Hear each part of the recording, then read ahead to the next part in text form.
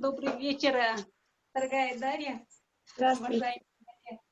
И я хочу приветствовать вас на древнем музыкальном инструменте хамус, который является одним из самых старинных музыкальных инструментов. На нем наши предки разговаривали, играли музыку и также подражали голосам природы.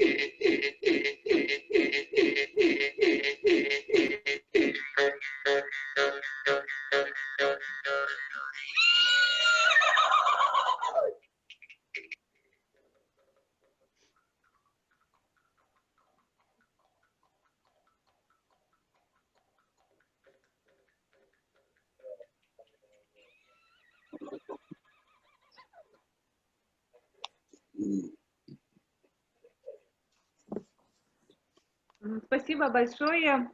Спасибо. Так, дорогие друзья, хочу напомнить, что у нас ведется запись экрана. Для тех, кто не сможет поприсутствовать сегодня на нашей встрече, встреча будет позже выложена на YouTube-канал Национальной библиотеки Якутии. Дарья Аркадьевна, сегодня мы собрали для вас наших читателей, которые являются любителями вашего творчества. Пожалуйста, отключите ваши микрофоны, те, кто зашли. Дана Васильевна, вы можете... Микрофон. Микрофон Honor 10i надо будет отключить микрофон. кроме тех, кто говорит. Микрофон включен только у говорящего, потому что иначе идет фон, и я не могу услышать никого из вас. Простите, пожалуйста, надо отключить микрофон и включать его, когда вы задаете вопрос. Да, я здесь, я вас слушаю. Извините, пожалуйста, просто не было слышно вас. Хорошо.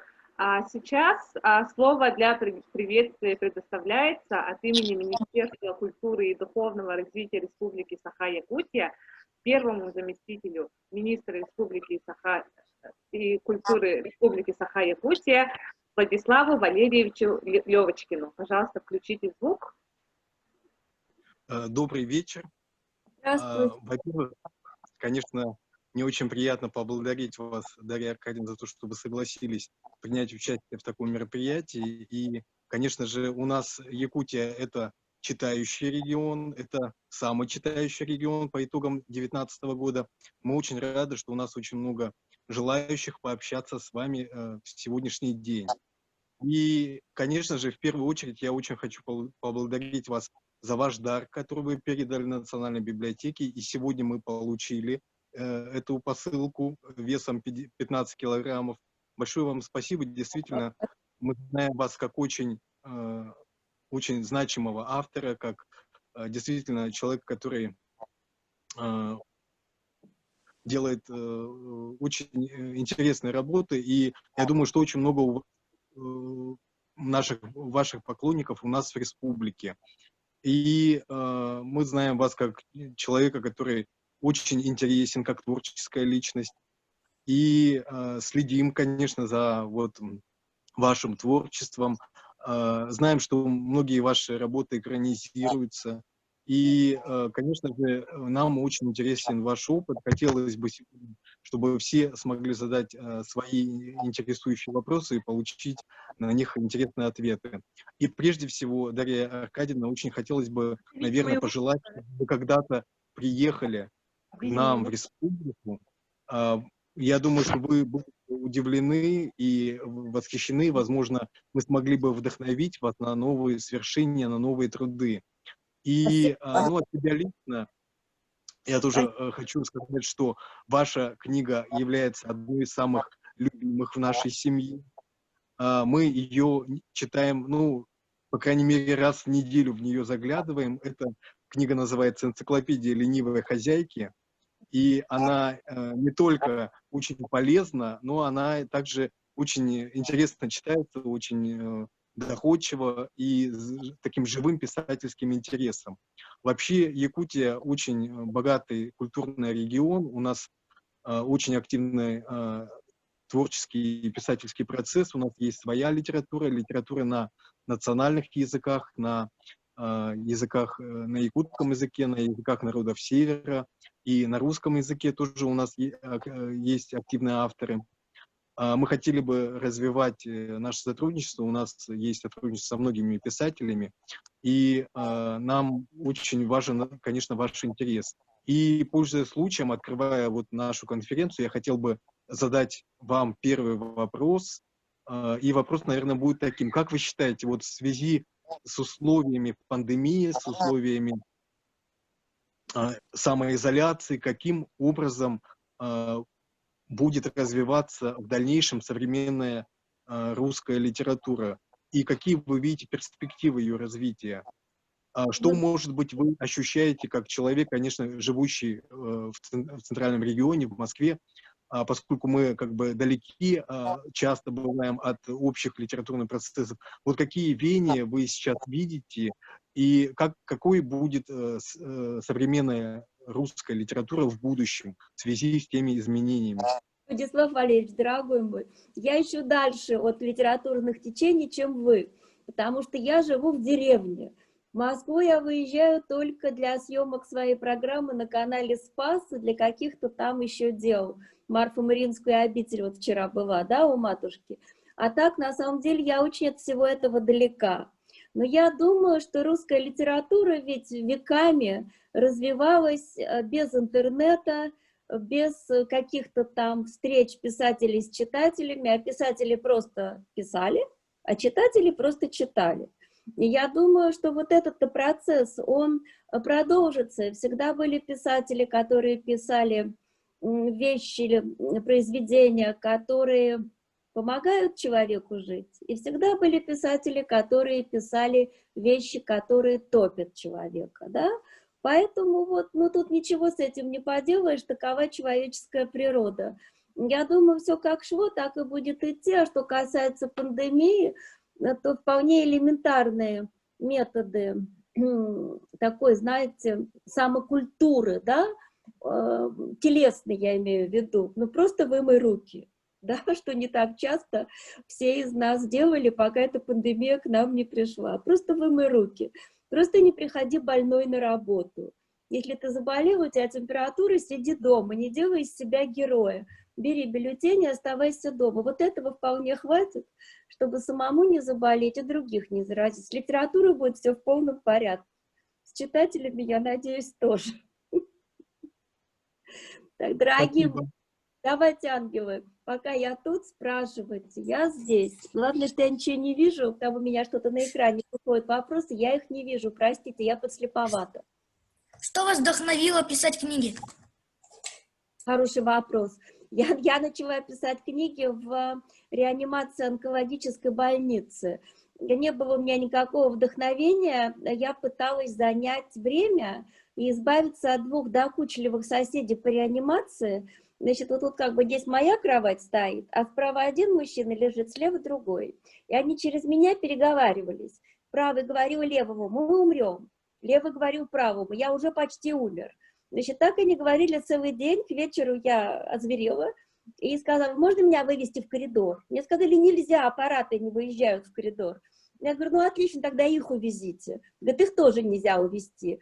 Ну и что делать? Я сказала этим мужчинам: ну может вы и умрете, но я-то нет.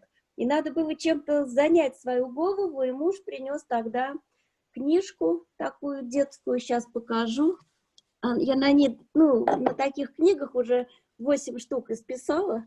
Вот 9-я. Сейчас я ее, мама, покажу. Вот такую вот книжку, может, у кого-то дома есть. Вот она, называется «12 подвигов Геракла». Издательство «Малыш». Вся, вон, видите, она в каком виде, вся разваливается уже, вся. Во что превратилась. Но мне купить такие книги уже невозможно, но мне...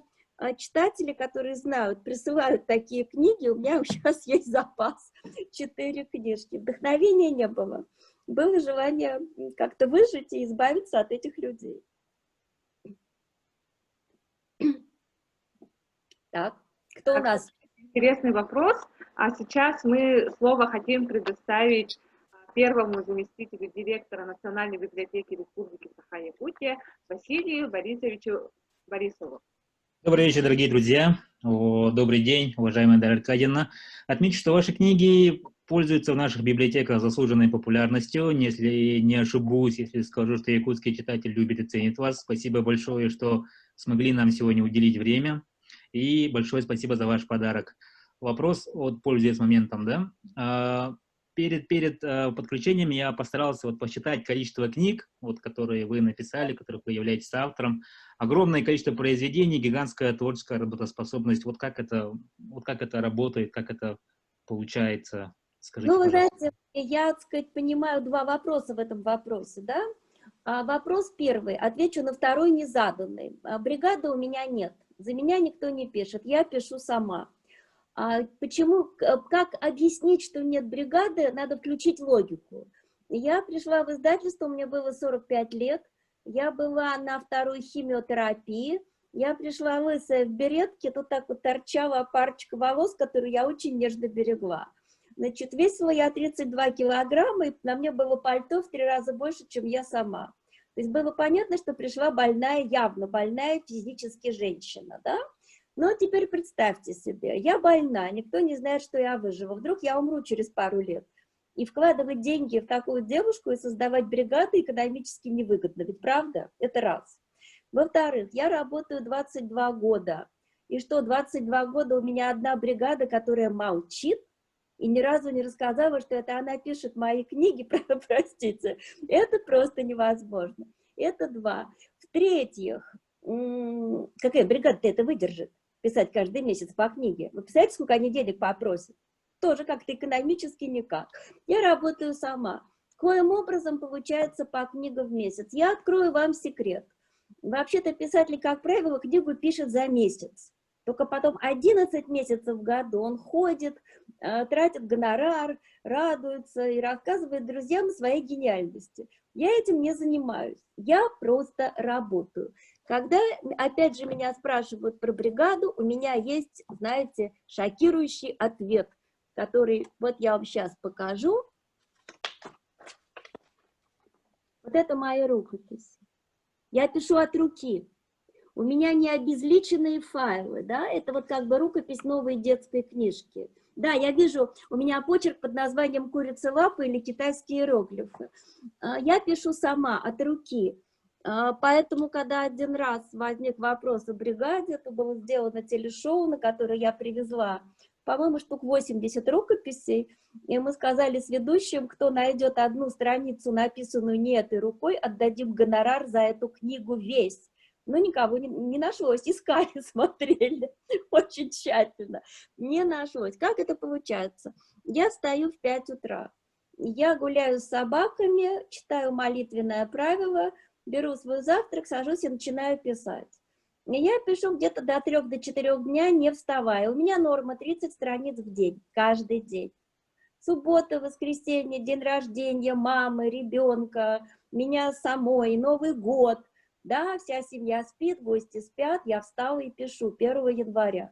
Это как самоорганизация. Вот как еще это объяснить? Никак. Я просто пишу. Сейчас я еще пишу и детские книги. Одну держу сейчас в руке. Вот, здесь нет ни слова про православие в этих книгах, но все батюшки, которые приходят ко мне на канал «Спас», на программу, разобрали их в свои воскресные школы. Нет другого объяснения, надо просто работать. Не пить чай, не болтать по телефону, не сидеть в интернете, не говорить «я устал», просто работать. Это все очень просто. У меня нет другого ответа. Ты писатель, пиши. Ну, все. Спасибо большое, Дар'я. Пожалуйста. Сейчас, пожалуйста, включите микрофон. Хочу слово предоставить главному редактору детского журнала Татьяне Ильиничне Жирковой. Добрый день, уважаемая Дарья Аркадьевна. В детской печати я более 20 лет. Мы в республике издаем вот такие детские литературно-художественные журналы «Чоранчик, колокольчик», которые издаются с 1987 года.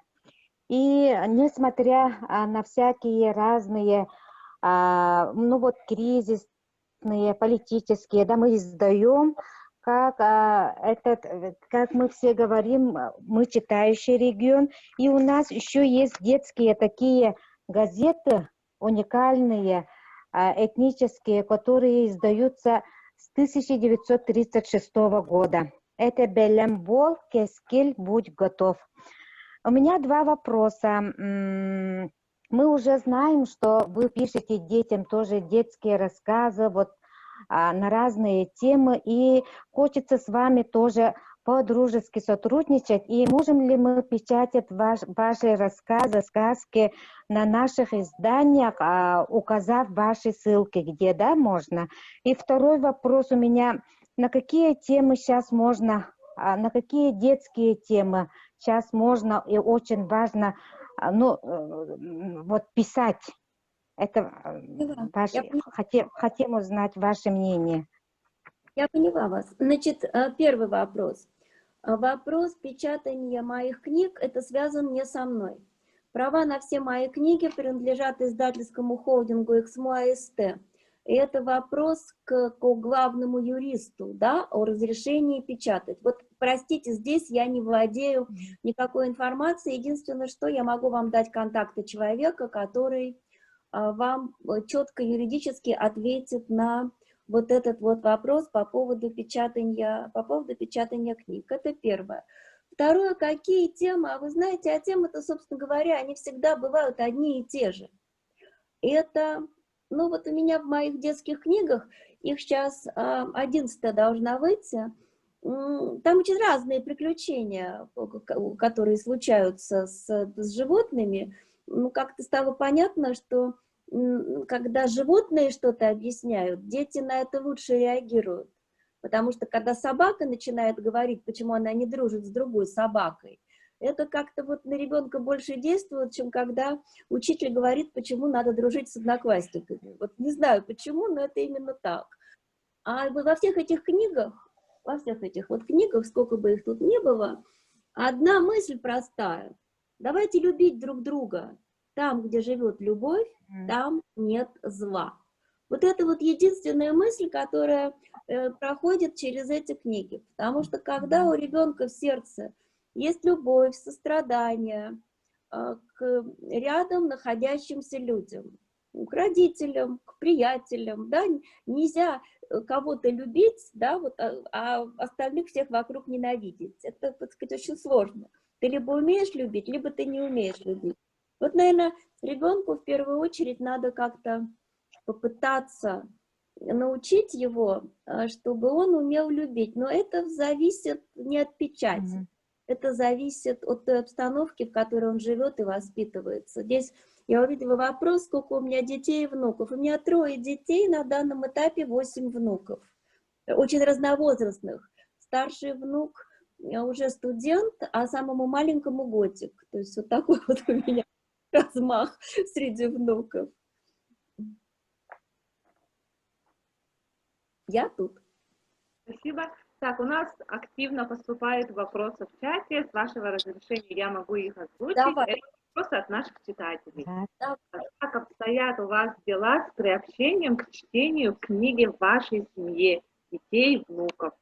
Ну, вы знаете, в нашей семье 3 библиотеки. Одна научная у моего мужа, доктора наук, профессора академика Александра Ивановича, огромная совершенно научная библиотека, там научная библиотека и богоотеческая библиотека, там труды Иоанна Златоуста, Лествица, там очень много что у мужа в этой библиотеке. Потом у нас есть библиотека наша родительская, то есть книги, которые собирали еще наши родители.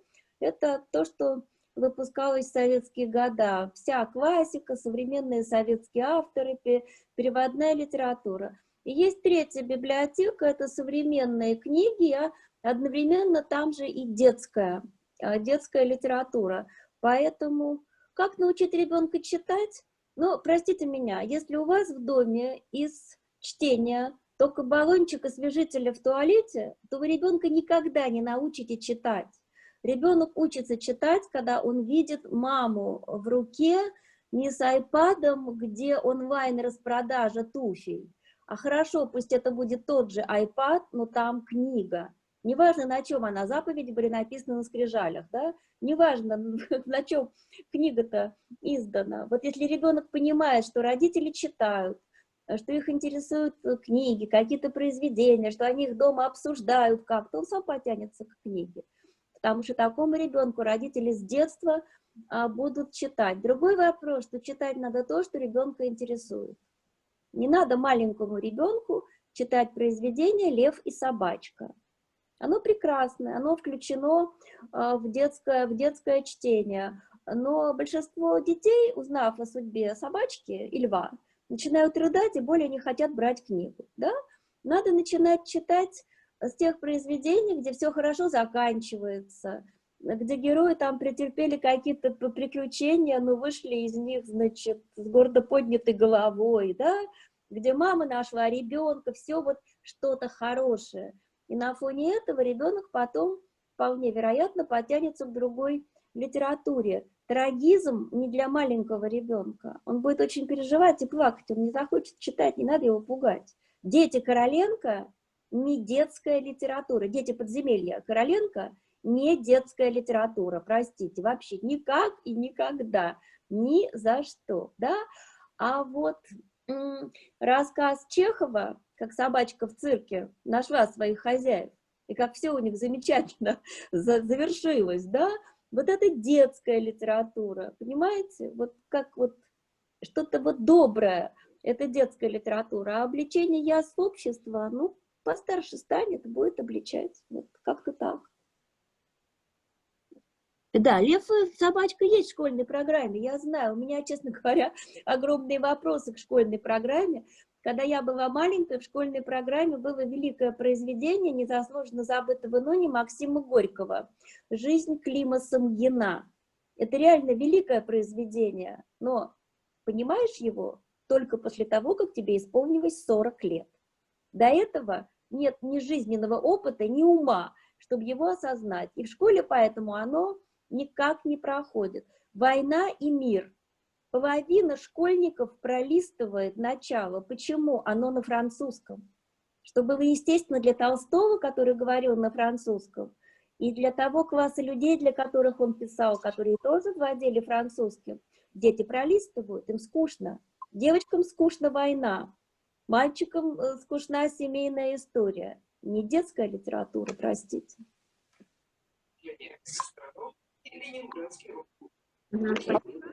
Не слышу.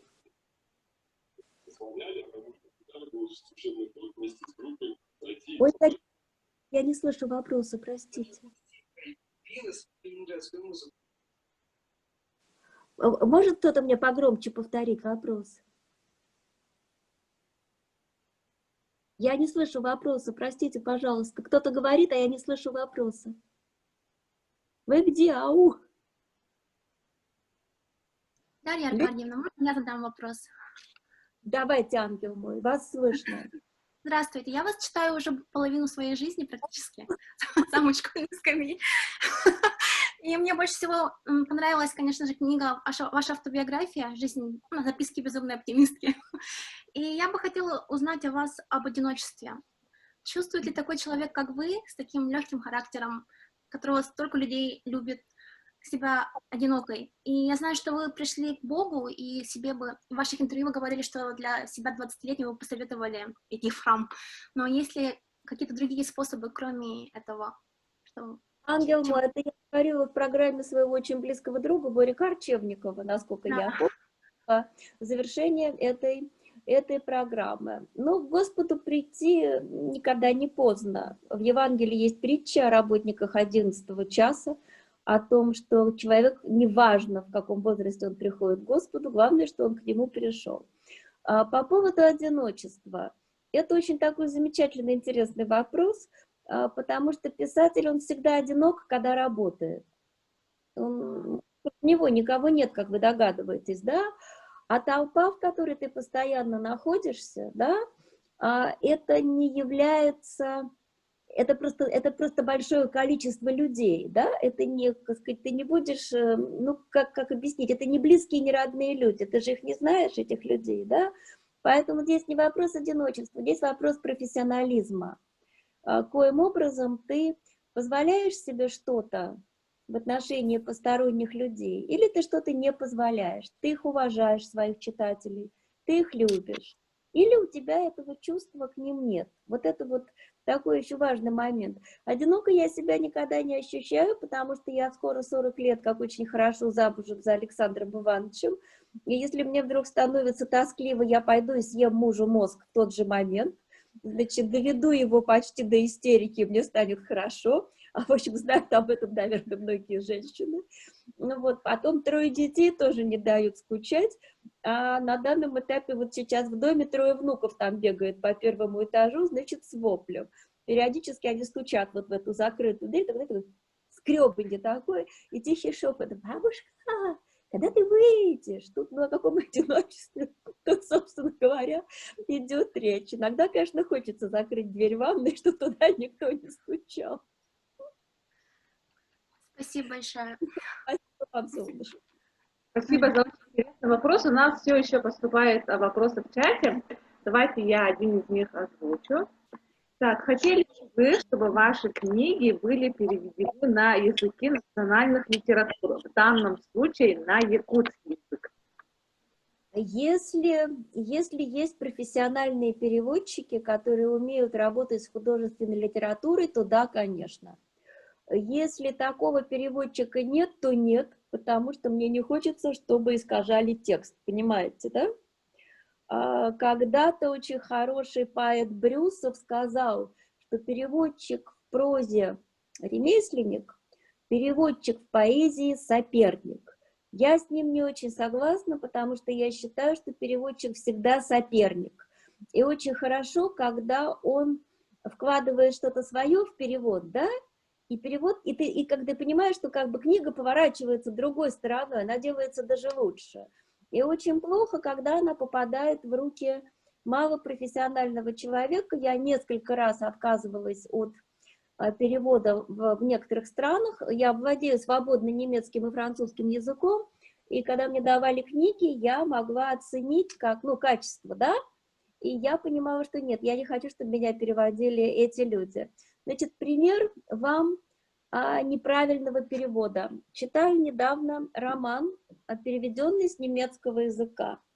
Вошел адмирал, и у него на кителе был фруктовый салат. Что вы подумаете, что на адмирала швырнули, да, вот тут вот фруктовый салат.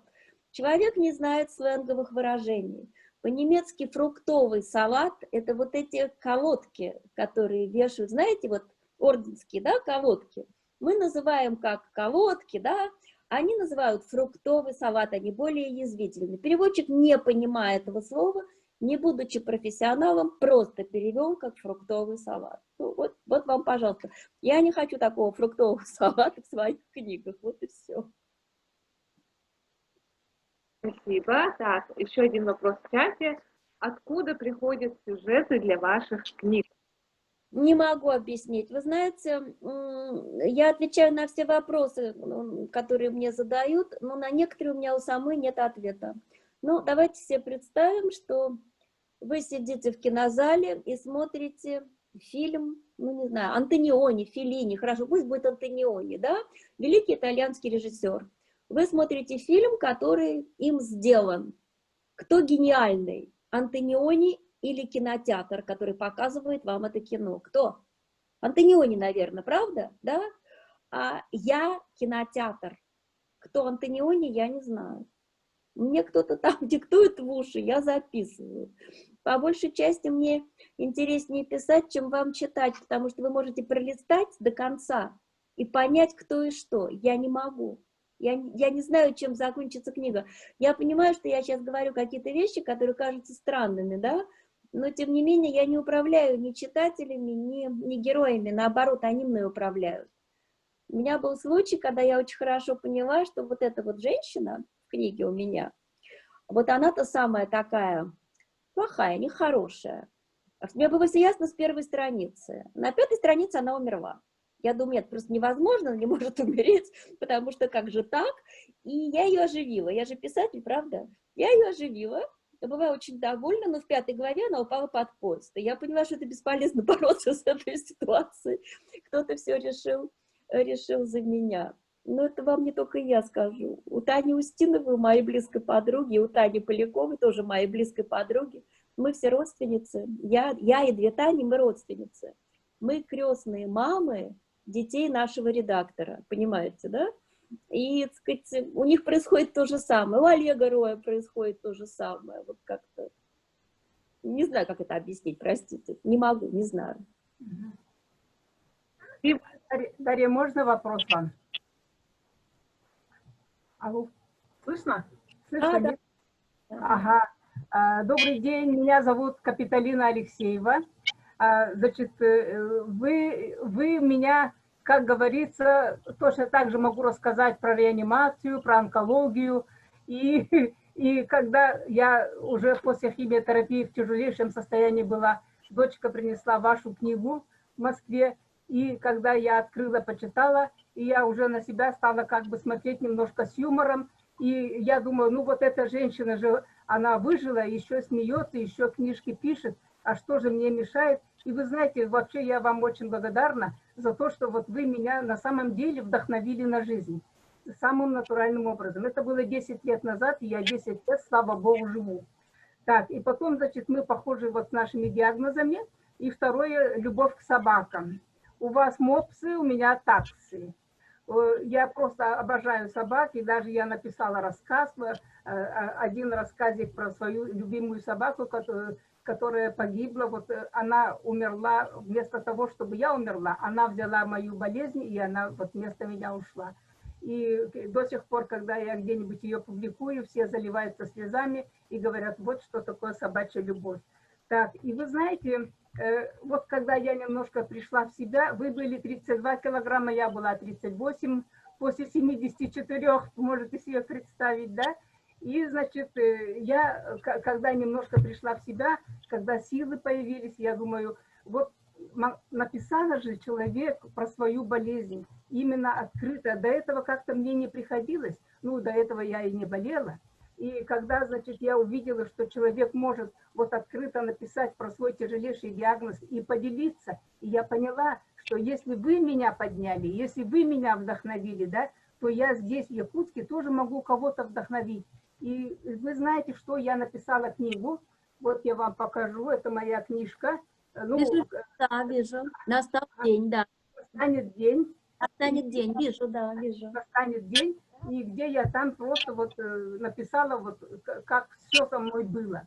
И, между прочим, у нас у якутов, вообще же у нас как-то в России, помните, раньше все доктора врали, что у вас рака нету, что вот вы выздоровите, да, а потом, слава богу, в последнее время стали открыто говорить, а у якутов-то характер северный, они все скрытные, мы все скрытные люди, и для нас это было просто как... Каталина Алексеевна, смотрите, у нас не так много времени на эту встречу. Это раз. Теперь второе, мой ангел. Поскольку вы любите собак, вы на меня не обидитесь, да?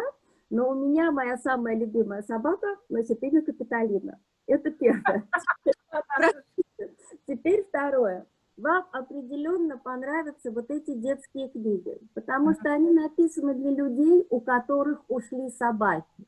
Здесь рассказывают о стране прекрасная долина, куда уходят наши собаки, как они, кошки, как они к нам возвращаются, как они там живут. А теперь скажите мне, пожалуйста, как звали вашу ушедшую собаку? Нюшенька. Как? Нюшенька. Нюша. Подождите, я должна записать. Ее звали Нюша, и она была такса? Такса, чистокровная, со всеми документами. Да, но документы нам не нужны. Нет. Значит, что я вам могу пообещать? Вот эти книги на самом деле пишет собака Феня, которая живет в прекрасной долине, да? Они просто здесь издаются под моим именем. Сегодня собака Феня найдет в прекрасной долине вашу Нюшу, узнает о том, как и что с ней происходит, и в книге, которая выйдет в марте, вы узнаете о том, как ваша Нюша там живет.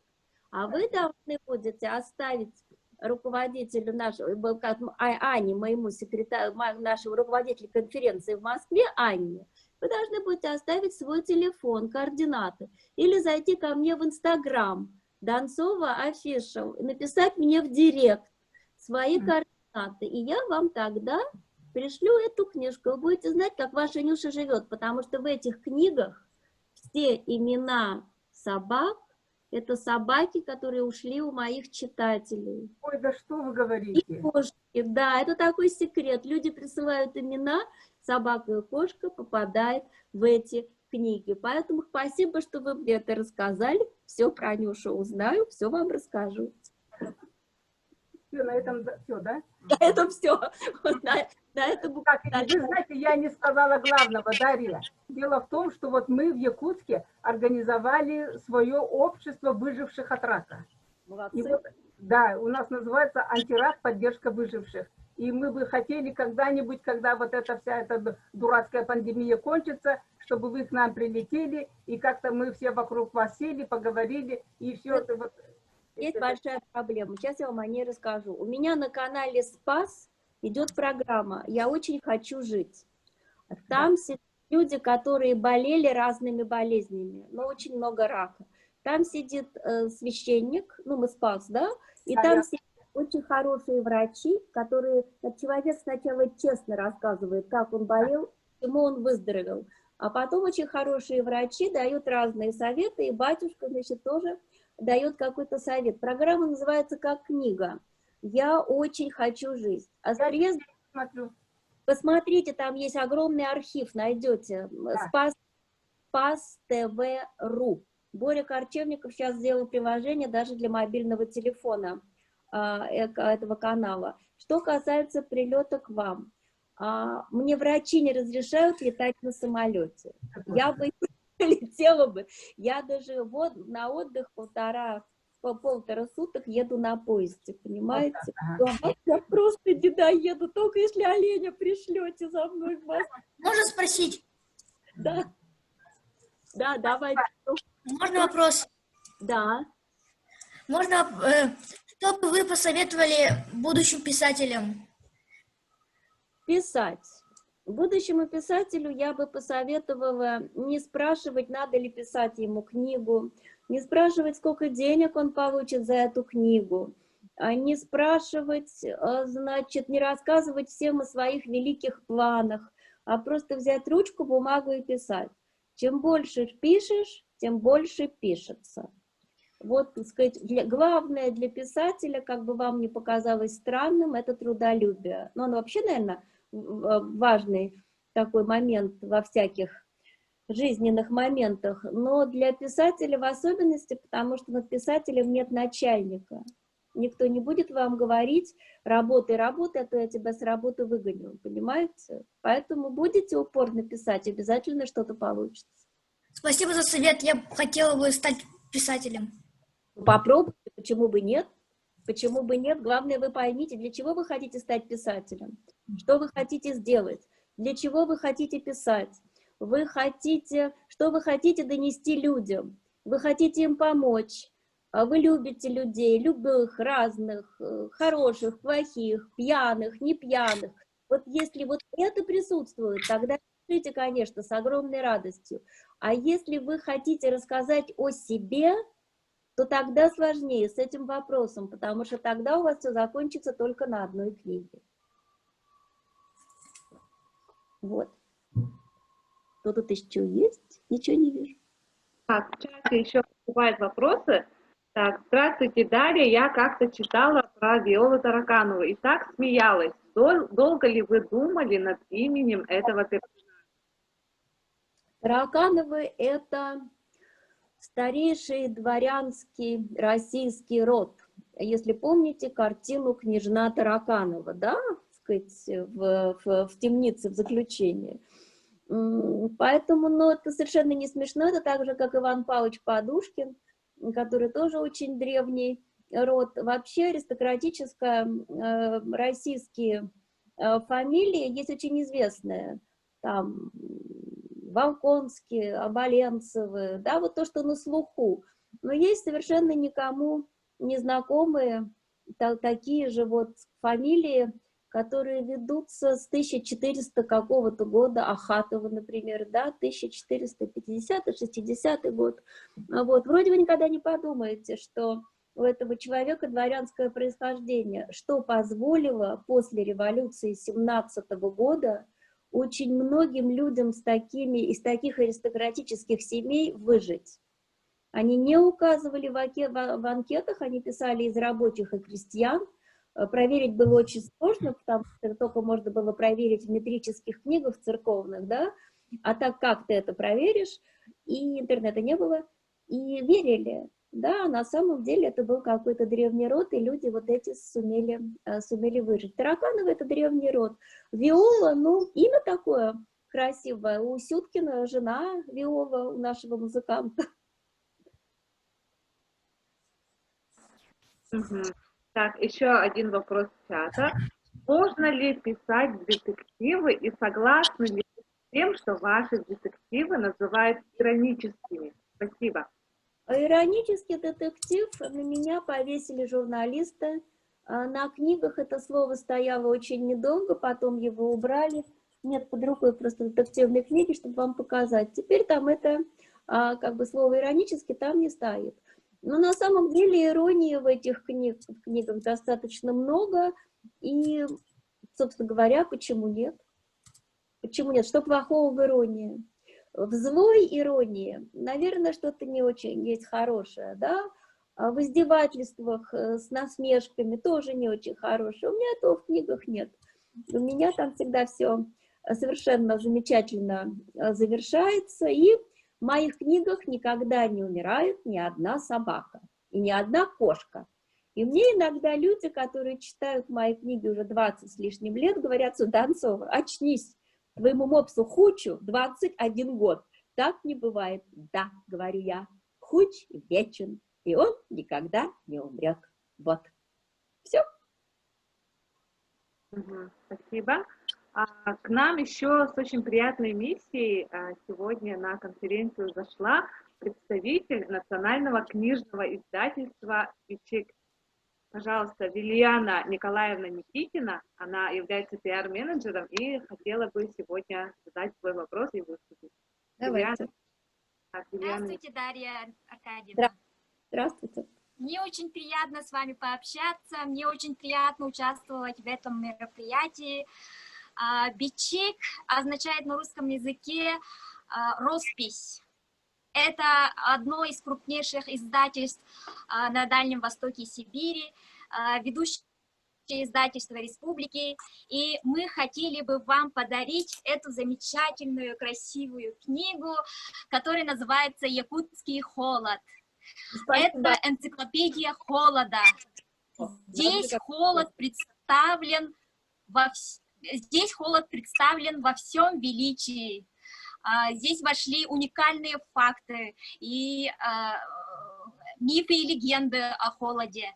Мы могли бы вам вручить на 33-й Московской международной ярмарке, которая состоится 2-6 сентября.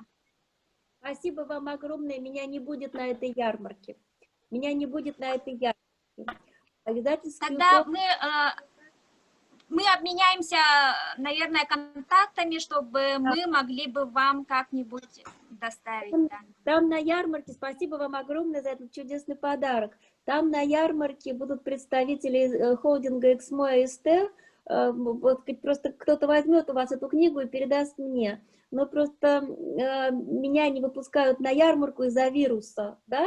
Во-первых, мне не сегодня, завтра 70, я, значит, попадаю вот в эту вот, как, ну, понимаете, да, возрастную категорию. А во-вторых, у меня после лучевой терапии фиброз легких, и то есть я вдвойне, значит, в этой самой, ну, в какой-то группе, поэтому меня как-то просят никуда сейчас пока, кроме как канал «Спас», не выбираться вообще, сидеть тихо дома, поэтому вот в основном по Zoom с людьми общаюсь. Спасибо вам огромное, совершенно замечательная энциклопедия, очень красивая. У меня дома есть любитель энциклопедии один, вот он будет совершенно счастлив. Спасибо вам огромное. Вам спасибо. И мы хотели бы продолжить наше общение для сотрудничества возможного. Могли бы обсудить вот возможности перевода как раз. Это не со мной. Я отвечала на этот вопрос уже. Это не со мной, это надо... Я дам потом контакты человека, который занимается переводами книг. Это надо разговаривать с ним, потому что я, собственно говоря, совершенно некомпетентно обсуждать этот вопрос, и все права принадлежат издательству «Эксмо АСТ», с которым я сотрудничаю 22 года и очень близко дружу там со всеми. Хорошо, хорошо. Спасибо, спасибо. Ну, мы желаем вам неугасающего вдохновения творческого, здоровья крепкого и счастья, и много-много добра. Спасибо огромное, спасибо за пожелания. Так, я тут. Здравствуйте, можно два вопроса? Что у вас, как вы написали первую книгу для детей, это «Сказки прекрасной долины»? Ой, написала, потому что мне женщина написала в директ моего инстаграм, Донцова Афиша, она написала, что у нее умерла собака, и она не справится ни с какой болью, которую ей причинил уход собаки. А я не могла ей ничего ответить, потому что от меня тоже уходили собаки, и мне тоже было больно. И вот, значит, я въехала по городу, еду, и вдруг мне так в голову тюк, моя собака Феня, которая в прекрасной долине, значит, говорит мне в ухо: а вот с чего ты решила, что мы умираем? Мы не умираем, мы уходим в прекрасную долину, и дальше у меня в голове выпала совершенно огромная серия книжек. Я сказала ей: собака Феня, мне трудно это будет записать, записывай сама. Ну вот Феня теперь пишет, а мы сдаем, все очень просто. И второй вопрос. Вы когда-нибудь видели детей, которые писали книги? Нет, я не видела детей, которые писали книги. Более того, что я вам хочу сказать, я видела детей, ну как детей. В моем понимании человек в 14 лет это не ребенок, это вполне взрослый человек.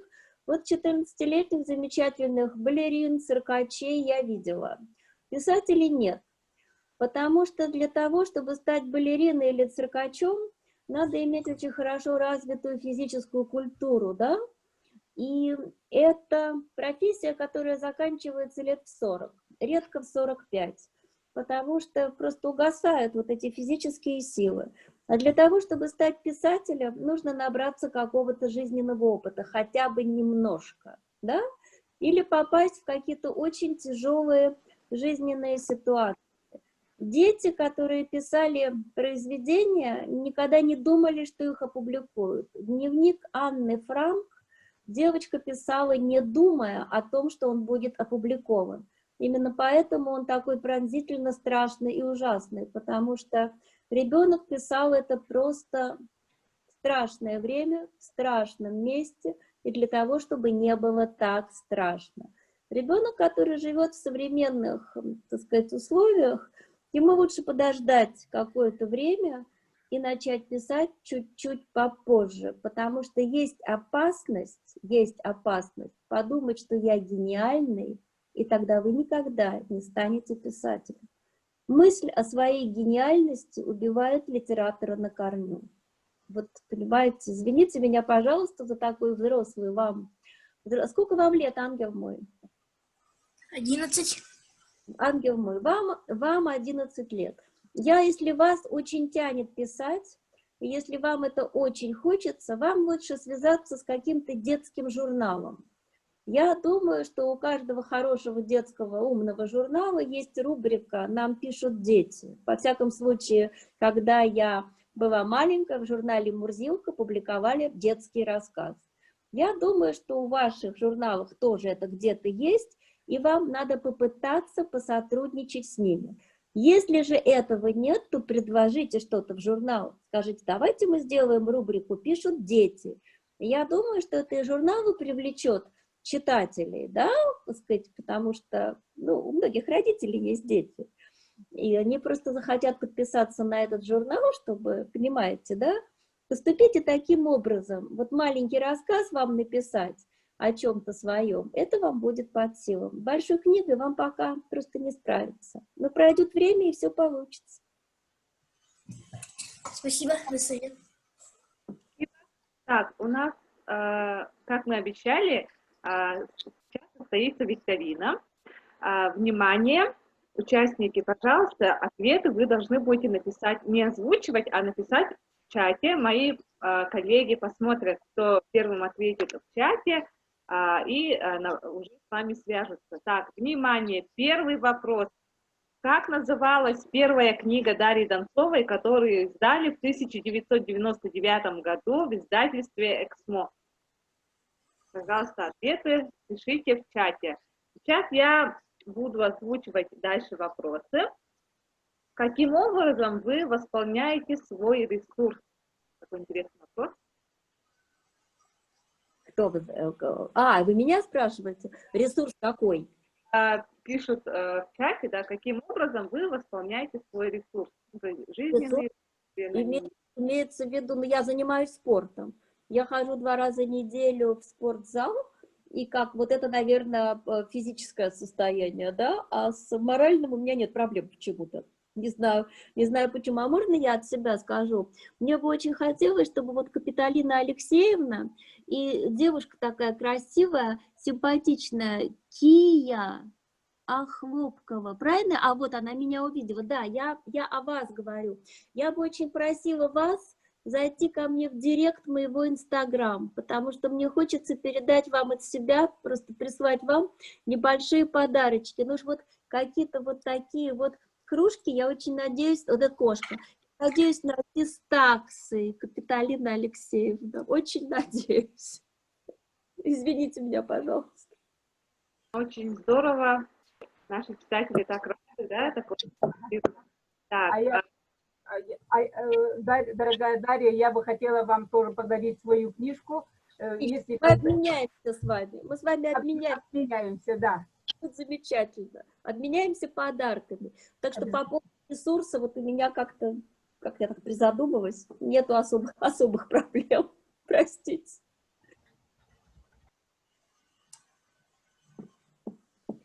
Разрешение дальше читаю вопросы. Ваши героини – женщины. А какие ваши любимые героини из произведений русской классики? И как вы к такому отношению, как феминизм? Ну, у меня не только женщины-героини, у меня есть герой Иван Павлович Подушкин, так что у меня еще есть и мужчина. В отношении русской классики у меня там нету любимых героинь. У меня есть любимые герои в книге «Сага о форсайтах» Джона Голсуорси. Вот там я очень люблю всю семью Форсайт, несмотря на их очень разные характеры и не очень хорошие поступки, которые они иногда совершают. Вот здесь у меня, так сказать, гнездо моих любимых литературных героев. Еще один вопрос. Два вопроса, да, тут еще задают сразу. Расскажите о себе той, которая была до писательской деятельности. Это первый вопрос. Второй вопрос. Снимаются ли сейчас фильмы по вашим произведениям? Вы знаете, о себе, во-первых, за 2 минуты не расскажешь, во-вторых, у меня написана книга, которая называется «Биография безумной оптимистки». Вот там-то ответ на этот вопрос на большом количестве страниц. Дорогие мои, меня сейчас унесет. В смысле, выкинет из эфира, потому что у нас осталось буквально 1,5 минуты. Что я вам хочу сказать? Спасибо вам огромное. Никогда бы я не добралась бы до вас. Спасибо огромное интернету, спасибо этой программе, которая позволила мне вас увидеть. Я просто счастлива, что я вас увидела. Вас, красивых, замечательных, умных, таких радостных, с такими хорошими улыбками. Понимаете, певец или актер, когда он стоит на сцене, он видит зрителей. Я не вижу вас. Я пишу иногда в темноту, а теперь я вас вижу. И я так рада, что я вас всех увидела. Я бы с огромным удовольствием вас бы всех бы вот так бы обняла и к себе прижала. Но это невозможно, да. Я вас обнимаю вот так вот виртуально, мои дорогие. И я очень надеюсь, что мы еще раз проведем такой эфир. Это был, давайте считать, наш опытный эфир. Проведем еще раз такой эфир, чтобы, ну, как-то вот еще бы я с вами поговорила. Спасибо вам огромное за то, что вы пришли. Спасибо вам за то, что вы меня совершенно незаслуженно расхвалили. Честно скажу, было очень приятно. Спасибо, мои дорогие. Пусть у вас все будет хорошо. Пусть исполнятся все ваши хорошие желания. И никогда, пожалуйста, не болейте. А если заболели, то никогда не унывайте, потому что с любой болезнью, в принципе, можно справиться. Я люблю вас, мои хорошие. Я вас люблю. Пусть у нас с вами все будет хорошо.